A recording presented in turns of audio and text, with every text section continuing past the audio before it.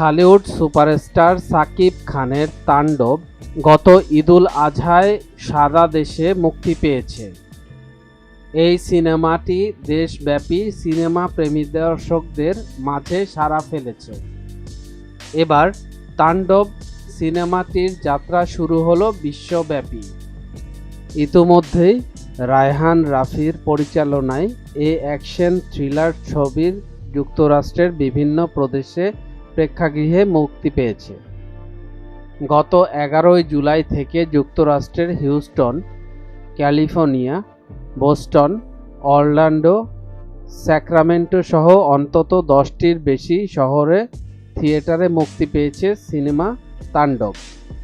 এবার যুক্তরাষ্ট্রের উদ্দেশ্যে দেশ ছাড়লেন সাকিব খান। গত শনিবার 12 জুলাই রাতে যুক্তরাষ্ট্রের উদ্দেশ্যে বিমানে ওঠেন অভিনেতা। আর সেই বিমানের ভেতর থেকেই নিজের একটি ছবি শেয়ার করেন সাকিব খান। লিখেছেন, রোমাঞ্চ যাত্রা শুরু হোক।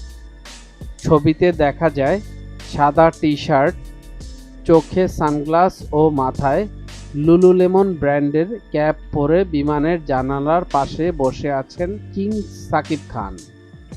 যদিও পোস্টে তিনি নির্দিষ্ট করে বলেননি কেন যুক্তরাষ্ট্রে যাচ্ছেন, তবে ধারণা করা যাচ্ছে তাণ্ডবের প্রিমিয়ার উপলক্ষে দর্শকদের সঙ্গে ছবি দেখতেই হয়তো এ সফর অভিনেতার। এদিকে সাকিব ভক্তদের ধারণা, হলিউডে কাজ করবেন সাকিব। এর আগে এমন কথা শোনা গিয়েছিল। সেই সময়ে বাংলাদেশি বংশোদ্ভূত মার্কিন নির্মাতা আশিক আকবর বাংলাদেশে একটি গণমাধ্যমে বলেন, সাকিব খানকে নিয়ে একটি হলিউড ছবি নির্মাণ করতে চান তিনি। স্ক্রিপ্ট রাইটিংয়ের কাজ চলছে। সাকিব খান যুক্তরাষ্ট্রে এলেই চূড়ান্ত হবে সবকিছু।